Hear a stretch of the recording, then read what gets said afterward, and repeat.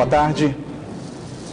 A Polícia Civil, por meio da Delegacia Especializada em Homicídios e Sequestros, já identificou 2 suspeitos de participação na tentativa de latrocínio que vitimou 2 empresárias na semana passada na Zona Sul de Manaus. Um deles foi preso e o outro está foragido.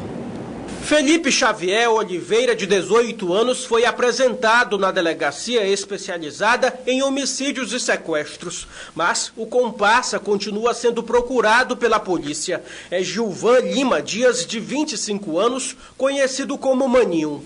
De acordo com a Polícia Civil, os 2 são suspeitos do latrocínio do casal Josane Maria Almeida da Silva e Ana Paula da Silva Pereira, que eram comerciantes em Manaus.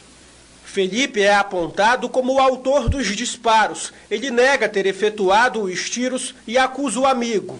O suspeito, agora preso, diz que foi chamado por Gilvan para roubar e tiveram como vítimas as 2 mulheres que foram abordadas no momento em que chegavam em casa. As vítimas chegaram em seu veículo e no momento em que a Josane estava abrindo o porta-malas para tirar os objetos e estar na sua residência, ela foi abordada pelo Felipe. Ele não contava com a reação da Josane, eles travaram uma luta corporal e o que resultou dessa luta foram 4 disparos efetuados pelo Felipe. A outra vítima, a Ana, diante da situação, ela tentou se evadir do local, só que o Felipe efetuou um disparo acertando-a pelas costas. De acordo com a polícia, uma testemunha ocular do caso reconheceu Felipe como sendo o autor dos disparos contra as vítimas. O crime ocorreu no último dia 6 à noite. Foi exatamente aqui, na Avenida Silves, na zona sul da cidade. Josane foi alvejada e morreu no local. Ana Paula, ferida com um tiro, foi encaminhada para o hospital, mas não resistiu aos ferimentos. Os infratores fugiram aqui do local a pé, levando apenas uma bolsa. Não houve tempo para eles tentarem levar o carro em que as vítimas estavam. Ele viu aparentemente que eram 2 mulheres chegando, estavam distraídas abrindo a mala do carro, né, e aproveitaram-se da situação. Felipe tem um processo de homicídio registrado na polícia de quando ele ainda era menor de idade. E uma adutora se rompeu durante a madrugada de hoje na Alameda Cosme Ferreira, no bairro Coroado, na zona leste de Manaus. Pela manhã, o problema deixou o trânsito carregado e o abastecimento de água no bairro foi interrompido. Flávia Moura. O problema ocorreu por volta de 2 horas da madrugada desta segunda-feira. O rompimento da adutora da Manaus Ambiental deixou um trecho da Alameda Cosme Ferreira cheia de barro e com muita água. Esse fato aconteceu nas proximidades da Feira do Coroado. Homens da Manaus Ambiental tiveram auxílio de uma pá mecânica para a retirada de barro que comprometeu a passagem de veículos. Moradores da área tiveram suas casas invadidas com água e barro em decorrência do rompimento da adutora. Lembrando que esse foi o primeiro deste ano, foi o primeiro rompimento deste ano, mas comerciantes nas proximidades disseram que essa já é a 3ª vez. Agentes do Manaus Trans, responsáveis pela engenharia e fiscalização do trânsito, estiveram no local, já que o trânsito ficou bastante lento pela manhã no sentido bairro Centro. Técnicos da Manaus Ambiental fazem agora manobras para reparos necessários. Logo em seguida será feita a pavimentação asfáltica. Técnicos informaram que abastecimento de água no Coroado e bairros adjacentes ficará comprometido ao longo de toda a noite e a previsão para a liberação da via é no final desta segunda-feira. Para o Band Cidade, Flávia Moura. Nesta segunda-feira, a Universidade Federal do Amazonas pôde reabrir o Hospital Universitário Getúlio Vargas. O HUGV, que chegou a ser inaugurado no final do ano passado, passou por problemas e agora deve oferecer, inclusive, cirurgias para pacientes com câncer. A nova unidade vai prestar assistência médico-hospitalar 100% pelo Sistema Único de Saúde, o SUS, e está autorizada oficialmente para fazer cirurgias contra o câncer. Agora, além da Fundação SECOM, o Hospital Universitário Getúlio Vargas está credenciado a realizar cirurgias oncológicas. Isso vai incorrer numa diminuição da fila das pessoas que esperam no SECOM para serem operadas, quando nós temos profissionais capacitados aqui. Nós já realizávamos, só que nós não éramos reconhecidos.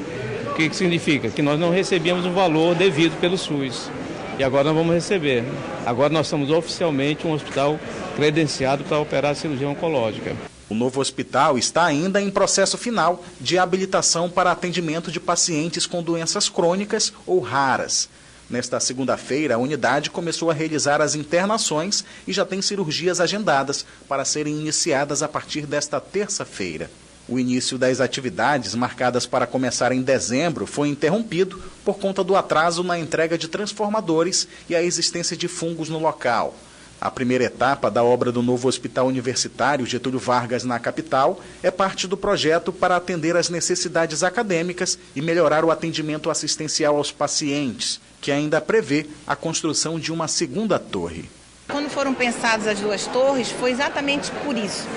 Porque nós precisávamos ter as condições para melhorar e ampliar os serviços assistenciais e, ao mesmo tempo, já que é um hospital universitário, hospital de ensino, ter as condições para receber esses estudantes, para tratar os casos clínicos, ambiente específico para isso. Essa primeira torre, ela não ainda responde a esse tipo de estrutura, digamos assim, com os mini auditórios, mas na segunda torre isso tudo está contemplado para que a gente possa dar essa resposta que a sociedade espera de nós. O novo complexo hospitalar, de aproximadamente 35 mil metros quadrados, vai abrigar ao todo 300 leitos, pelo menos 10 salas de cirurgia, centro de diagnóstico por imagens, um L-ponto, dentre outros espaços na unidade. E hoje pela manhã, uma agência da Caixa Econômica Federal foi assaltada na zona norte de Manaus. A agência é localizada no bairro Manoa, na zona norte de Manaus. De acordo com as testemunhas, 2 dos 6 criminosos entraram no local vestidos com uniformes de uma empresa de limpeza pública. Minutos depois, o restante do bando invadiu a agência e atirou na porta de entrada. Acabaram de assaltar o banco aqui, ó. Deram tiro e tudo. Os caras estavam de pistola, de 38, metralhadora. Nas imagens ainda é possível ver um dos seguranças do banco ferido. De acordo com a polícia, ele foi atingido com um tiro na cabeça e encaminhado ao Hospital João Lúcio, onde segue em quadro estável. Os criminosos fugiram após a ação em 2 veículos que foram abandonados no bairro Colônia Santo Antônio, ainda na Zona Norte. O valor levado pelos criminosos não foi revelado, mas 3 armas de fogo dos seguranças foram roubadas. A investigação do caso está a cargo da Polícia Federal. Os caras estavam de pistola, de 38... metralhadora. Foi publicado hoje no Diário Oficial do município o edital para o programa Bolsa Idiomas da Prefeitura de Manaus. São oferecidas bolsas integrais e parciais. As inscrições iniciam amanhã e a repórter Mayara Rocha tem mais informações. O curso de inglês e espanhol é voltado para os estudantes de baixa renda. Por conta disso, a renda familiar não deve ser superior a R$ 1.400. Este ano estão sendo ofertadas cerca de 15 mil vagas. Ao meu lado está a diretora da ESP, Fabiana Lucena. Diretora, quais são os pré-requisitos que os estudantes, os candidatos, devem ficar atentos? Idade igual ou superior a 16 anos, isso é muito importante, estar concluindo ou já ter concluído o ensino médio e ter a renda per capita familiar não superior a R$ 1.405. É muito importante que o candidato calcule essa renda per capita considerando a renda total da família e dividindo pelo número de integrantes dessa família. É aí que você vai saber qual é a sua renda per capita. E esse número não pode ser superior a R$ 1.405. Certo. E de que forma que funciona o processo seletivo? O processo seletivo se inicia efetivamente a partir da inscrição eletrônica. Então, essa inscrição vai do dia 14, amanhã, até o dia 1º de março.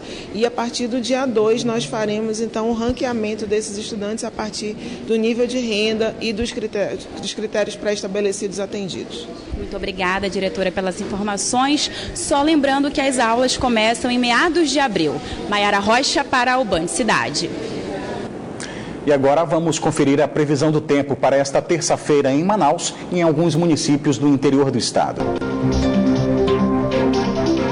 Em Manaus, a previsão é de tempo encoberto com possibilidade de chuva fraca pela manhã. Temperatura mínima de 25 e a máxima de 30 graus.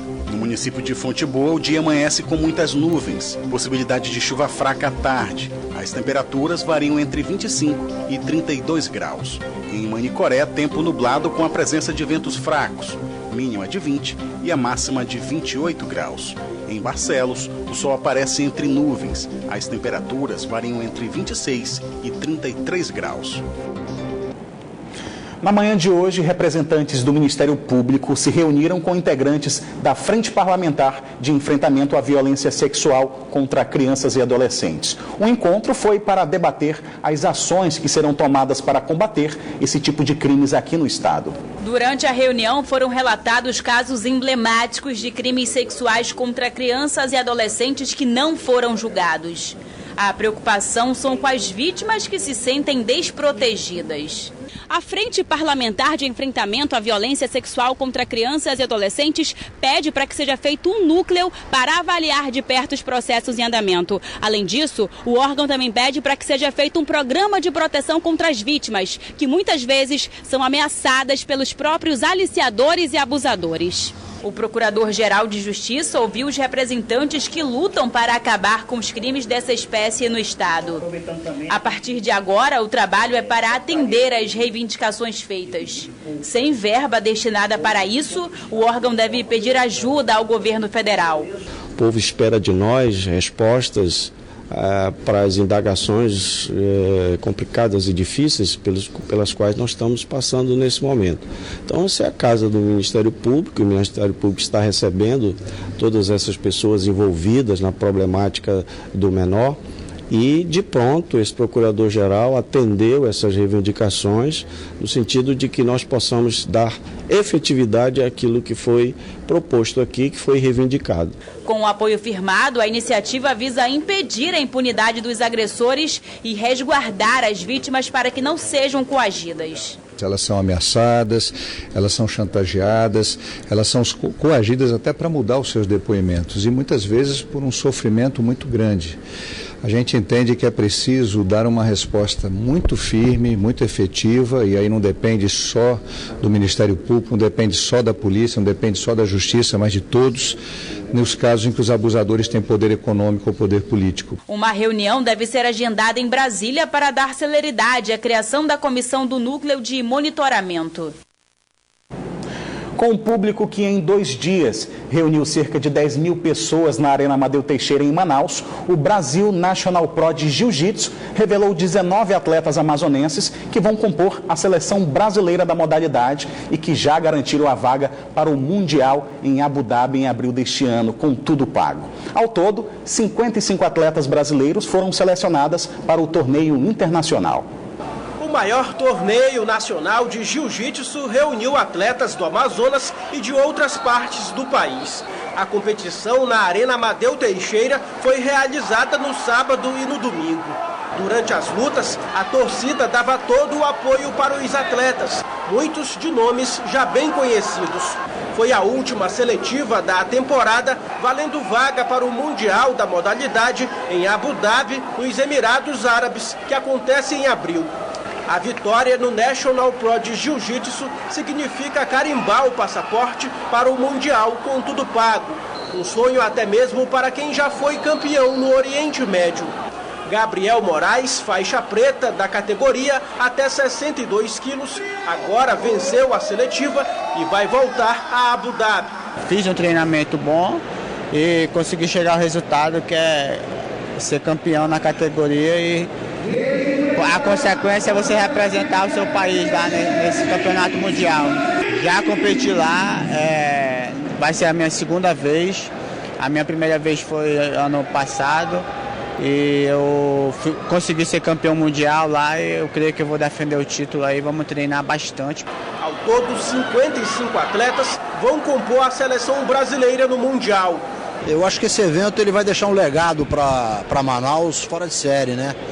Além de que todos os atletas que ganharem esse evento estarão indo para Abu Dhabi representando pela primeira vez a seleção brasileira, que é uma coisa histórica no meio do jiu-jitsu.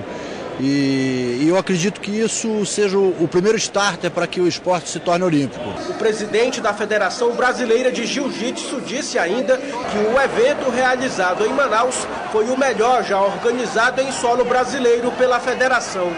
Superou nossas expectativas esse evento, porque os atletas estão muito contentes, o público encheu o estádio, a Secretaria de Esporte nos ajudou muito aqui em Manaus. Quem conferiu de perto aprovou a competição, sabendo que Manaus é uma cidade que respira jiu-jitsu.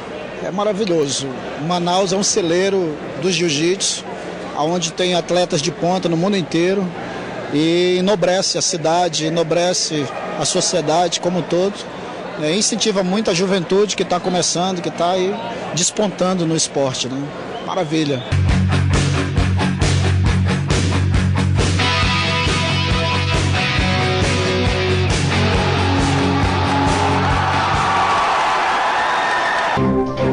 E agora o futebol. Jogadores do Princesa dos Solimões embarcaram hoje rumo ao Paraná para jogar contra o Internacional pela primeira fase da Copa do Brasil. Com o atacante provisório, o time aposta nos treinos, que foram intensos no último mês. No saguão do aeroporto, o clima era de descontração. Entre uma música e outra, uma selfie para registrar o momento bom que vive o Princesa dos Solimões.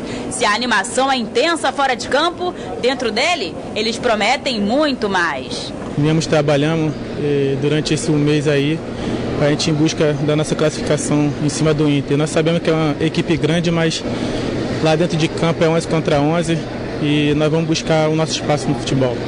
O confronto entre o Princesa dos Solimões e o Inter será pela primeira fase da Copa do Brasil na cidade de Cascavel, no Paraná. Os jogadores do Tubarão de Manacapuru se prepararam intensamente, jogando todos os dias durante um mês para a partida. Dedicação por aqui não falta.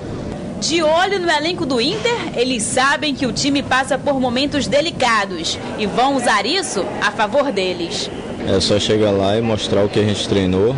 A parte física, a gente 80% acho que está bom. Acredito que sim, o restante é ritmo de jogo. É o nosso primeiro jogo oficial, vamos enfrentar uma grande equipe. Mas sabemos da dificuldade do Inter que eles estão passando no momento, vamos tentar aproveitar esse momento. Sem atacante fixo até 2 semanas atrás, quem vai usar a camisa 9 é Mari Nelson. Com o sistema tático pronto, o jogador promete atuar bem e garante a classificação. Então eu sou um falso 9, com 4 atacantes, se mexendo bastante, sem dificuldade, mas o time está bem, acho que ele montou uma equipe boa. Se Deus quiser, a gente vai jogar bem contra o Inter e, se Deus quiser, conseguir a classificação. Apesar do jogo ser fora do estado, o mandante da partida é o Princesa dos Solimões. Um desafio a mais para a equipe de Manacapuru, que está muito bem preparada. Sabemos que o Internacional é um gigante do futebol brasileiro, mas nós vamos para ganhar. Essas últimas 2 semanas nós temos nos empenhados para que a gente consiga essa vitória. Nosso objetivo é esse. O jogo está marcado para esta próxima quarta-feira, às 7h45 da noite. E o Nacional apresentou esta tarde o novo técnico da equipe, Arthur Bernardes, que já teve passagem em vários clubes brasileiros e até do exterior já comandou o treino da equipe hoje à tarde. Arthur Bernardes, que estava na Arábia Saudita, chega para substituir Ader Baulana, que trocou o Nacional pelo arquirrival Rio Negro. E de cara, ele já deixa claro a maneira de trabalhar. O trabalho tem que ser muito bem focado, usar a parte digital, olhar muito em cima do vídeo, prestar muita atenção nos detalhes, trabalhar muito os pênaltis, porque isso hoje a gente inclusive vai trabalhar a semana toda, porque não parece não, mas o pênalti ele faz uma diferença e fez pra gente na final. E o cara tá mesmo com vontade de trabalhar. Da sala de imprensa foi direto para o campo do centro de treinamento do clube, onde já comandou o primeiro treino coletivo do Leão. O momento é de conhecer os jogadores. Uma boa conversa coletiva faz toda a diferença. O novo técnico conta com 20 reforços para essa temporada. Um deles é o zagueiro Victor, que veio do futebol carioca cheio de expectativas. Ele é um cara que gosta muito de trabalhar, muito campo reduzido, posse de bola. É um cara que gosta de muita dinâmica no trabalho dele e com certeza ele vai nos ajudar muito. No sábado, Arthur Bernardes e o Nacional já vão ter compromisso. Em Manacapuru, o Nacional vai enfrentar o Galvez do Acre no jogo de volta pela Copa Verde. O Nacional precisa de uma vitória simples ou um empate sem gols para se classificar para a próxima fase da competição.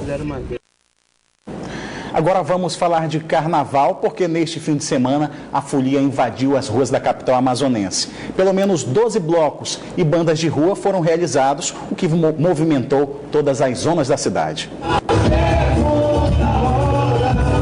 Nesse fim de semana teve folia nas ruas da capital amazonense. No centro de Manaus teve a tradicional Banda do Jangadeiro.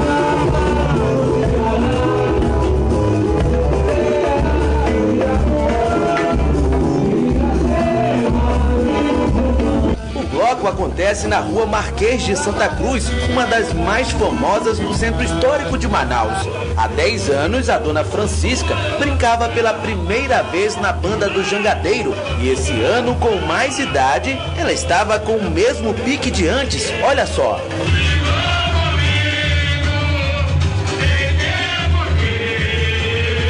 Tenho 77 anos, tenho orgulho, eu gosto e brinco maravilhosamente. Eu adoro e amo. E é 3 gerações, né? É minha avó, meu pai e eu. A gente está aqui, não perde um ano, com certeza, é muito bom. Estamos aqui para prestigiar e brincar. Uma banda que sempre pessoas bonitas vêm pra cá brincar e não tem confusão. Esse é o mais importante, né? A folia do carnaval contagia até quem não é de Manaus. Este grupo veio de longe, lá da cidade de Alvarães, do interior do Amazonas, e aproveitou para curtir esse início do carnaval amazonense. A gente está vivendo um momento de tanta tristeza e esse é um momento que a gente tira para se divertir, ficar feliz. E é isso, carnaval é alegria, descontração. E esse carnaval ele traz as pessoas, moradores, trabalhadores e o povo para curtir o carnaval legal. Nesse fim de semana, 12 blocos de rua movimentaram os foliões em diferentes bairros de Manaus. No Campos Elíseos teve a tradicional Banda do Tracajá. Todo mundo leva a vida no arame. Sassaricando, a viúva, o cantinho e a madame. Já é uma banda tradicional, é uma banda da comunidade, uma banda familiar.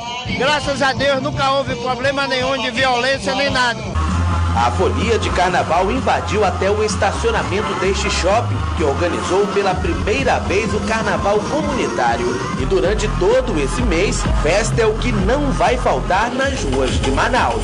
Então eu quero convidar você a estar presente, prestigiar a nossa cultura, participar desse movimento que é legítimo, tradicional, são as bandas que acontecem na nossa cidade, e se divertir e prestigiar o artista amazonense.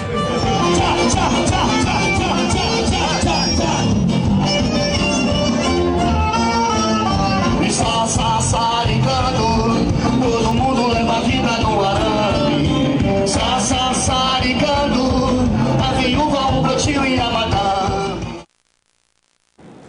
O Band Cidade fica por aqui, mas continua na internet, onde você pode acompanhar outras notícias nas redes sociais, Facebook e Twitter da Band Amazonas. E para rever nossas reportagens, acesse o youtube.com/Band Amazonas e clique no link vídeos. Você também pode enviar sugestão de reportagens para o nosso WhatsApp. O número é o 99205-1478. Fique agora com as principais notícias do dia no Brasil e no mundo com o Jornal da Band. Uma boa noite.